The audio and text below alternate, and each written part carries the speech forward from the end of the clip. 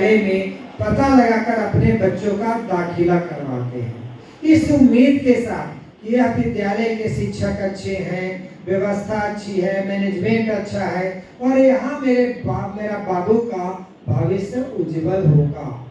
मुझे पता है आप सभी ने बहुत विश्वास करके हम सबों के पास अपने अपने बच्चों को भेजा है। हम सभी शिक्षकों का कर्तव्य है कि आपके विश्वास को टूटने ना दूं।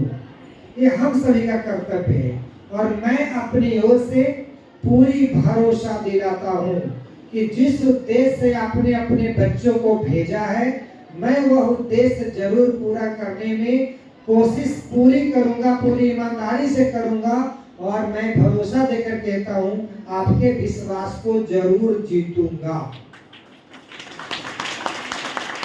विश्वास को जीत भी रहा हूँ। यदि विश्वास नहीं होता तो 4 कमरे में 2-4 बच्चों से शुरू होने वाला विद्यालय की आज मीटिंग ये 3-4 शिफ्टों में नहीं होती।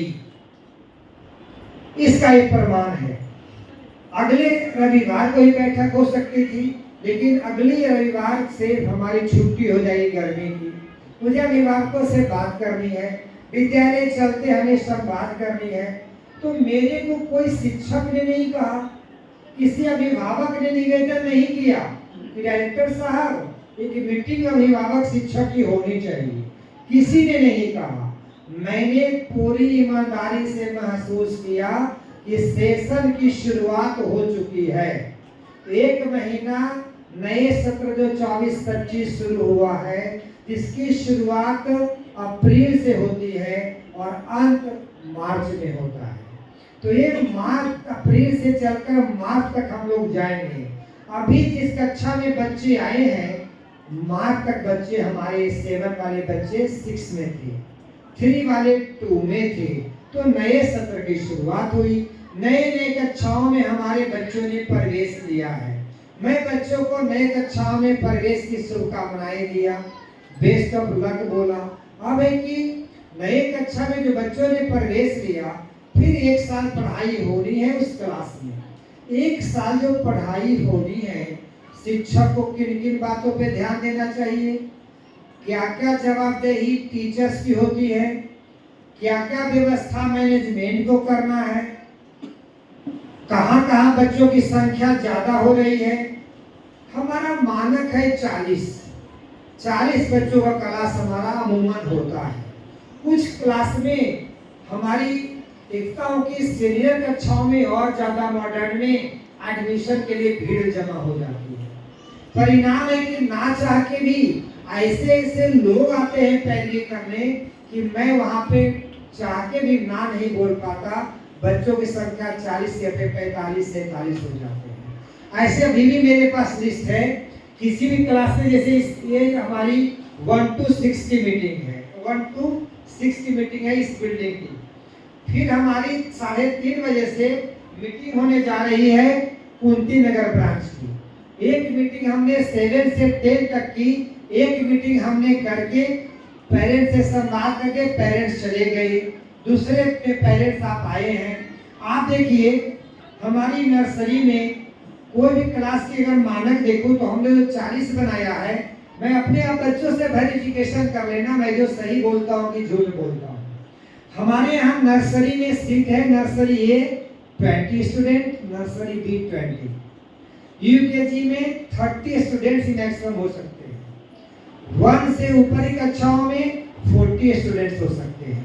देखिए हमारे नंबर ऑफ स्टूडेंट, नर्सरी ए 16 अभी तक है, बी 13 है, यूकेजी ए 31, यूकेजी बी 29, यूकेजी सी 28, 1 ए 36, 1 बी 37, 1 सी 37। इस तरह से कक्षाओं में बच्चे हैं, कहीं कहीं 1-2-4 ज्यादा हैं, कहीं थोड़ी कम है, ताकि हमारा टीचर क्लास में जाकर आप बच्चे ज्यादा दे दोगे तो टीचर बेचारे क्या करेंगे। 40-45 मिनट की क्लास होती है, उस क्लास में उनको होमवर्क की जांच करनी है, क्लास वर्क करवानी है, होमवर्क देखनी है, सभी बच्चों को देखनी है। तो एक रूल है कि 40 बच्चे को एक शिक्षक देख लेते हैं। एक शिक्षक आराम से देख लेते हैं। अगर अच्छा शिक्षक है तो 40 बच्चों के होमवर्क किसने क्या बनाया, क्लास वर्क में किसने क्या किया, फिर होमवर्क हमने लिखाया, सबने लिखा या नहीं, यह काम एक शिक्षक कर लेते हैं। तो हमने व्यवस्था दिया, आप पेरेंट्स एक अच्छा विद्यालय चुने, बच्चों को सवेरे लंच देकर भेजते हो। मैं बच्चों को बार बार समझाने में कहता हूँ कि सबसे पहले घर में कौन जागता है, तो मम्मी। सबसे बाद में कौन सोती है, मम्मी। स्कूल पहले कौन आता है, टीचर। आप बच्चे बाद में आते हो। सबसे बाद में कौन जाता है, टीचर। छुट्टी हुई 11:30 बजे, टीचर को रुकना है 12:15 बजे तक। तो हम अभिभावक और टीचर्स मिलकर बच्चों के लिए परेशान हैं कि कैसे हमारा बच्चा प्रारंभ से अच्छा करे।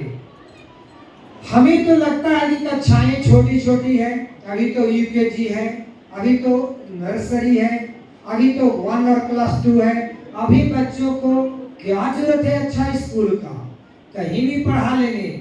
लेकिन यह एक गलतफहमी है, यह एक गलतफहमी है। हमारे बच्चों को शुरू से बढ़िया विद्यालय चाहिए। आप देखो यहाँ पर जिनके बच्चे अगर यहाँ पे नर्सरी में पढ़ते होंगे, हम ये नहीं कहते कि हमारे शिक्षकों से कमी नहीं होती। मैं आपके बिना कहे मैं मानने के लिए तैयार हूँ कि लाख प्रयास के बाद भी शिक्षकों से कुछ कमी हो जाती है। मैं रोज देखते रहता हूँ शिक्षकों की कमी को। मैं वर्ग में घूमता हूँ तो रोज देखता हूँ। स्कूल टाइम में मैं विद्यालय छोड़कर कहीं नहीं जा सकता हूँ। मेरा जीवन का जो सबसे ज्यादा जिससे प्यार मुझे है, जिससे सबसे ज्यादा लगाव मुझे है, वो है मेरा विद्यालय, वो विद्यालय के हमारे बच्चे।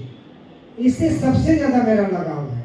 मैं चाहता हूँ कि जितने अभिभावकों ने हम पर विश्वास किया, मैं किसी का विश्वास टूटने ना दूं। हालांकि थोड़ी कठिन काम तो है, लेकिन चाहता इंसान तो कोई मुश्किल काम भी नहीं है।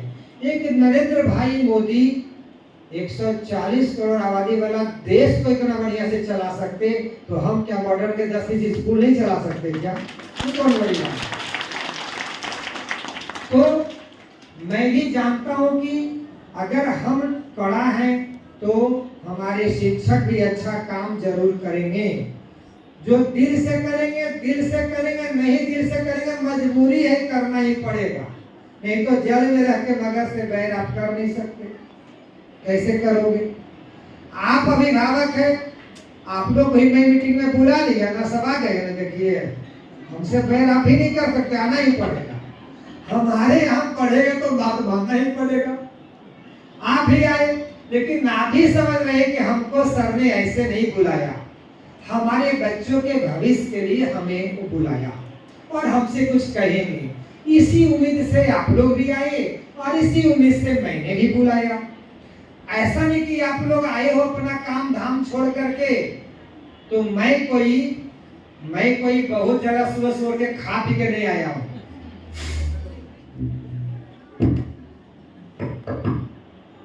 मैं सुबह बिल्कुल थोड़ी बहुत लाइट फूड ले लिया और मैं भी आ गया। ये भी पता है कि माइक लेकर सबसे ज्यादा देर मुझे ही बोलना है, क्योंकि आपको समझाना है, आपको अपनी 30-35 साल के जो पठन पाठन का अनुभव है उसको शेयर करना है कि एक छोटा सा बालक को हमें 10 तक लाना है, 12 तक लाना है। 12 के बाद भी हमें, जब तक वो अपने पैर पर खड़ा न हो जाए, तब तक इस पेरेंट्स का नजर उस पर बनी रहनी चाहिए। कितने बच्चे नौकरी कर लेते हैं, नौकरी में भी 2 साल 4 साल उसको सजेशन देने पड़ते हैं, एक करो और एक ना करो, नहीं तो नौकरी में परेशानी तुमको होगी। हमें वहां पर नजर बनानी पड़ती है। अब यहाँ पर हमारी प्राइमरी जो स्कूल के बच्चे हैं, जिनके जो बच्चे अप टू 6 पढ़ते हैं, उनके माता पिता दादा दादी अब आए हैं। पहले तो इसमें मैं ये कहूँगा कि इस बैठक में आने का अधिकार उन्हीं को है। इस बैठक में आने का अधिकार उन्हीं को है जो अपने बच्चा के साथ रोज बैठते हैं। यदि अपने बच्चा के साथ रोज बैठते नहीं है तो मीटिंग में मत आइए। आपको आने से फायदा हमको नहीं होगा, क्योंकि आप तो फिर घर चले जाओगे। जितनी मैं शेयर करूंगा उसको आप घर में यूज नहीं कर पाओगे तो फायदा क्या है। तो मेरा कहना है कि आप जितने भी आए हैं, आ गए हैं, तो आप केयरफुल तो है, ये मुझे समझ में आ रहा है। मुझे ये भी पता है कि जितने अभिभावक हैं उसमें से इतना आ भी गए हैं ना, तो 70% ही अधिकतम आए होंगे, 30% अभी भी गायब हैं। उन 30% जो बच्चे हैं ना, उसी पेरेंट्स से हमको ज्यादा परेशानी है जो मीटिंग में भी नहीं आते हैं। क्योंकि जो मीटिंग में आते हैं वो केयरफुल हैं, स्कूल ने मैसेज किया, स्कूल ने कॉल किया, आप आ गए। अभी परेशानी हम लोग को स्कूल चलाने में, बच्चों के भविष्य को संवारने में परेशानी उससे ज्यादा है जो पेरेंट्स स्कूल के कांटेक्ट में आते ही नहीं हैं, जो पेरेंट्स स्कूल के कांटेक्ट में नहीं रहते हैं। जबकि आप में जितने पेरेंट्स हैं उनको कभी न कभी एक महीने में विद्यालय आकर उसके सभी शिक्षकों से मिलना चाहिए। तो पहली बात है कि आप सभी जितने यहाँ आए हैं, आप सभी को मैं पहला सजेशन दूंगा कि आप सभी कम से कम महीना में एक बार विद्यालय जरूर आइएगा। इसी तरह से मैं आपसे भी सजेशन सुनूंगा। हमारे जो स्कूल के प्राचार्य हैं अपना स्कूल वाइज एक पेपर बांट देंगे जिसमें अभिभावक अपना सजेशन लिखकर दे देंगे। तो जो भी मॉडर्न चिल्ड्रेन के हैं टीचर, पब्लिक के, न्यू मॉडर्न के, वो एक पेपर लेकर बीच में घूम जाइएगा। जो पेरेंट्स कुछ लिखकर देना चाहें वो सजेशन लिखकर दे सकते हैं। जो पेरेंट्स कुछ बोलना चाहें वो आकर माइक से आगे बोल सकते हैं। लेकिन ध्यान रहे कि आपका सजेशन इतना बढ़िया हो, इतना रिसर्च किया हुआ हो सजेशन, कि वो सजेशन सारे के लिए काम का हो। पर्सनल में बात आप माइक आके नहीं कर सकते हैं कि हमारे बच्चे के साथ ये प्रॉब्लम है। पर्सनल कहना है कागज लीजिए, लिख कर दे दीजिए। पर्सनल कहना है स्कूल टाइम में 11:30 बजे आइए, टीचर से मिलकर, प्रिंसिपल से मिलकर बोलिए। पर्सनल कहना है तो आप लोग 4 से 6 बजे न्यू एरिया में आइए, मैं मिल जाऊंगा, आपको जो बोलना है बोलिए। लेकिन आप लोग की डिमेरिट देखिए बताता हूँ, 4 से 6 में मैं मिलूंगा, तो अगर मिलूंगा 15-20 फॉर्म फिल होकर आया था, इतने गार्जियन मिलना चाहते हैं। अगर उनसे मिलूंगा सब केवल फी माफ करा देगा, एक भी सजेशन देने वाला कोई नहीं मिलेगा। अच्छा, फी माफ कराने वाले मिलते हैं, कोई बात नहीं। फी किसको माफ कराना चाहिए? जो बिल्कुल तंगी में है, बहुत कष्ट में है, बहुत गरीबी है, कोई टेक्निकल दिक्कत आ गई, घर में कोई घटनाएं घट गई, किसी घर में कोई बीमार पड़ गया, 10 लाख रुपए लग गया, पैसे घर में नहीं है, चलो भाई 1 साल हमें मदद की जरूरत है, डायरेक्टर सर इस साल मदद कर दो मुझे, मैं गारंटी मदद करूंगा, पक्का करूंगा। लेकिन अगर आप शौक से माफ कराने आओगे, चलो जुगाड़ लगाते हैं जो कुछ हो जाए, मैं पक्का माफ नहीं करूंगा। इसलिए लाइन लगाने की कोई जरूरत नहीं है। आप मत मेरे को कहिएगा कि आप मिलते नहीं हो। हमें जो, अगर आप सक्षम हो तो पूरी कोशिश करो कि किसी भी तरह हम बच्चों का फी दे दें, क्योंकि स्कूल के साथ भी लाचारी है। आपको मैं बताता हूं कि प्रत्येक साल, भगवान न करे ऐसा हो, परंतु प्रत्येक साल कम से कम 15-20 बच्चे ऐसे आ जाते हैं ना जिनके मम्मी डेथ कर गए या पापा डेथ कर गए। अब बोलिए बच्चा रोकर मेरे पास आया, सर कैसे पढ़ूंगा, रो रहा है, मुझे कहना पड़ता है डोंट वरी, आप टेंशन ना लो, मैं पापा को लाकर नहीं दे सकता लेकिन मैं तुम्हें पढ़ा सकता हूँ, और 12 तक तुमको मैं पढ़ाऊंगा, तुम चिंता मत करो। और ऐसे अगर गिनती करेंगे तो 50 से ज्यादा बच्चे मॉडर्न में पढ़ रहे हैं जिनके मम्मी ना है या पापा है। अब वो बच्चा का जो आय का स्रोत था, एक दुकान पापा चलाते थे, दुकान बंद हो गई, क्या करेंगे? आप लोग सब एक घंटा 1.5 घंटा के फिट होके आए हैं ना? 1-1.5 घंटा फिट होके आए कि टॉयलेट लगा हुआ? क्योंकि खाना पूर्ति के लिए नहीं आना है, आए और गए हाजिरी नहीं बनाना है, ध्यान दीजिएगा। आए हैं तो 2 घंटा 1.5 घंटा जरा मेंटली तैयार होके आइएगा। भूख लगे प्यास लगे चुपचाप बैठिएगा आराम से। ये नहीं कि आके हाजिरी बनाए, तो हाजिरी बनाने वालों की जरूरत नहीं है। फिर हाजिरी घरे में बनाते रहिए अपना फॉल्स हाजिरी। बच्चों को बता दिए तुम्हारे स्कूल में गया था, झूठ बोल दीजिए, क्या होगा? कल बच्चा भी झूठ बोलना सीख जाएगा। इसलिए कि आते आते आते भागने लग जाते हैं। साल भर में मैं 2 बार बुलाऊंगा आपको मेन मीटिंग के लिए, और जब परीक्षा होगी तो आइए, टीचर लोग से मिलिए, बच्चों का रिजल्ट लीजिए, सब टीचर से 10 मिनट बात कीजिए, चले जाइए। उसमें नियम रहता है कि आप 8 से 1 बजे तक कभी भी आ सकते हैं। बोलिए सच है कि नहीं? 8 से 1 बजे तक कभी भी आ सकते हैं। सारे टीचर से मिलिए, सलाह लीजिए और दीजिए। वो भी एक टीचर्स मीटिंग भी होती है, वो भी मीटिंग है। ये जो ज्वाइंट ऐसी मीटिंग हो रही है, मैं 2 बार करता हूँ। एक करता हूँ सेशन के स्टार्ट में, दूसरा करता हूँ सेशन के एंड में। मेरी पूरी कोशिश रहती है कि कहाँ बच्चा जो पढ़ाई लिखाई कर रहा है, कहाँ टीचर से गलती हो रही है।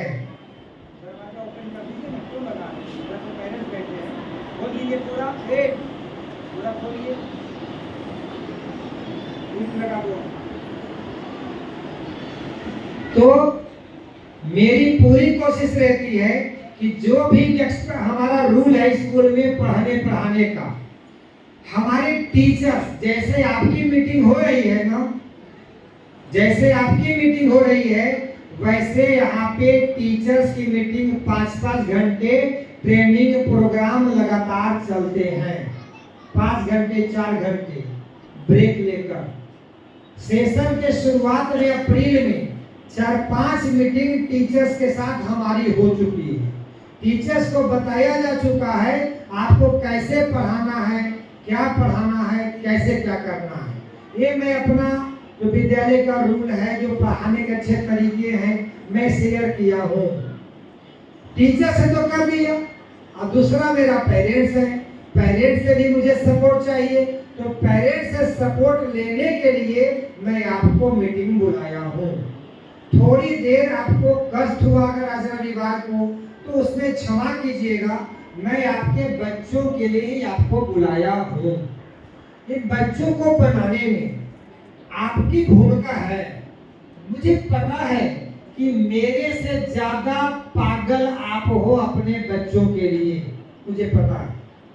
अपने बच्चों के लिए आप मम्मी पापा हम शिक्षकों से ज्यादा सीरियस हो, लेकिन अनजाने में आपसे गलती होती है जिसका प्रभाव बच्चों पर पड़ जाता है। आपके बाद हम टीचर भी सीरियस हैं। कोई टीचर 100% है, कोई 90% है, लेकिन मजबूरी है सबसे स्लो टीचर भी 70% सीरियस रहना पड़ेगा, नहीं तो उनको बहुत डांट सुननी पड़ेगी, क्योंकि यहाँ निगरानी होते रहती है।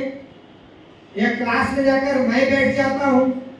हाल में एक क्लास की बात थी, मैं खिड़की के पास खड़ा हुआ, बच्चों ने हाथ जोड़कर गुड मॉर्निंग सर।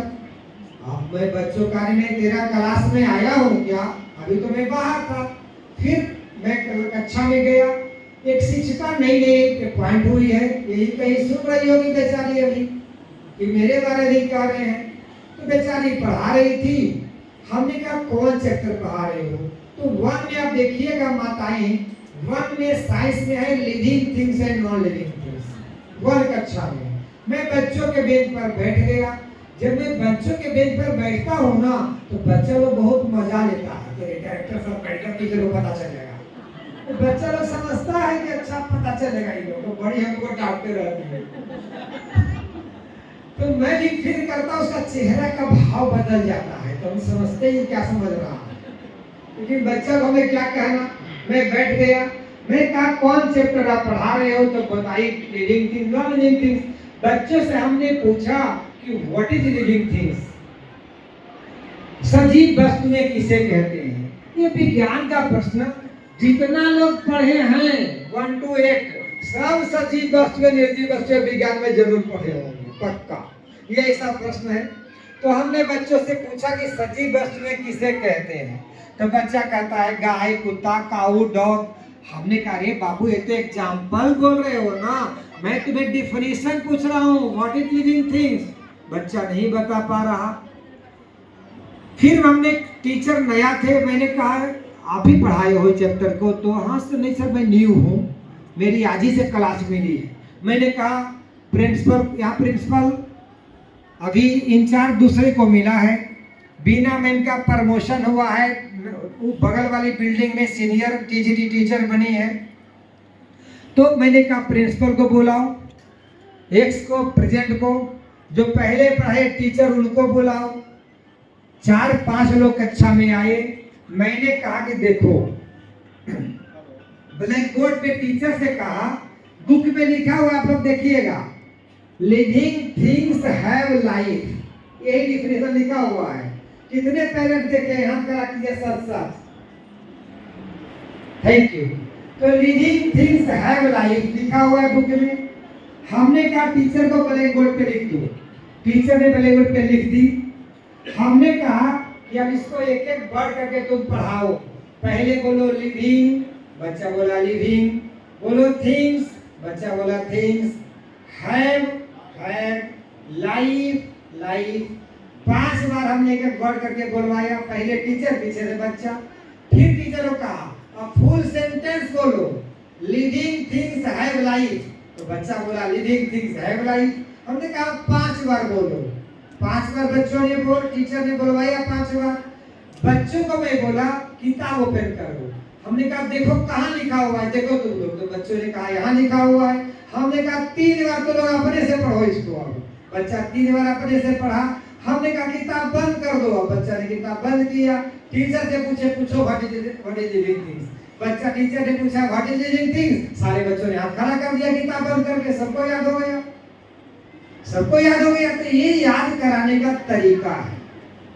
तो ऐसे जो टीचिंग मेथड्स हैं, ऐसे टीचिंग मेथड हैं, क्योंकि मैं केवल डायरेक्टर आज बन गया, मैं 15-20 साल तक इन टीचरों की तरह मैं खुद पढ़ाता था। इतनी क्षमता मेरे पास नहीं थी कि मैं वहां पर केवल डायरेक्टर बन के आज की तरह रहता। मैंने खुद वहां से विद्यालय शुरू किया, तो मुझे हर स्टेप पर पता है कहाँ क्या होना चाहिए। यूकेजी में जाता हूँ, यूकेजी में जाके बैठ जाता हूँ बेंच पर, बच्चों की कॉपी दो। टीचर बेचारी खड़ा होने लग जाती है प्रोटोकॉल के तहत, मेरे डायरेक्टर सर आगे, हम कैसे बैठे रहे। हमने कहा बैठो दो, आराम से अपना काम करो, हमें देखने दो, तो डिस्टर्ब मत हो, तुम बैठे रहो अपनी कुर्सी पर। मैं बच्चों को कॉपी लेकर के देखता हूँ हमारा टीचर ट कैसे लिखे हैं, क कैसे लिखा है। अगर मैथ की क्लास है तो 5 कैसे लिखा हुआ है, 4 कैसे लिखा हुआ है। 4 जैसे कंप्यूटर में 4 लिखा जाता है, वैसे हैया नहीं है, वैसे हैया नहीं है। मैं ये देखता हूँ, आपकी कोई हिंदी किताब कैसे क है, कैसे ख है। हिंदी का अक्षर सीधा होता है, हमारा शिक्षक को सीधा लिखवाना है। तो हर क्लास की मॉडर्न की अपनी टेक्निक है, अपनी टेक्निक है, और ये टेक्निक बेस्ट टेक्निक है, इसीलिए मॉडर्न इतना फलफूल रहा है। आपको मैं बता दूं, बहुत सारा नियम कानून, बहुत सारा नियम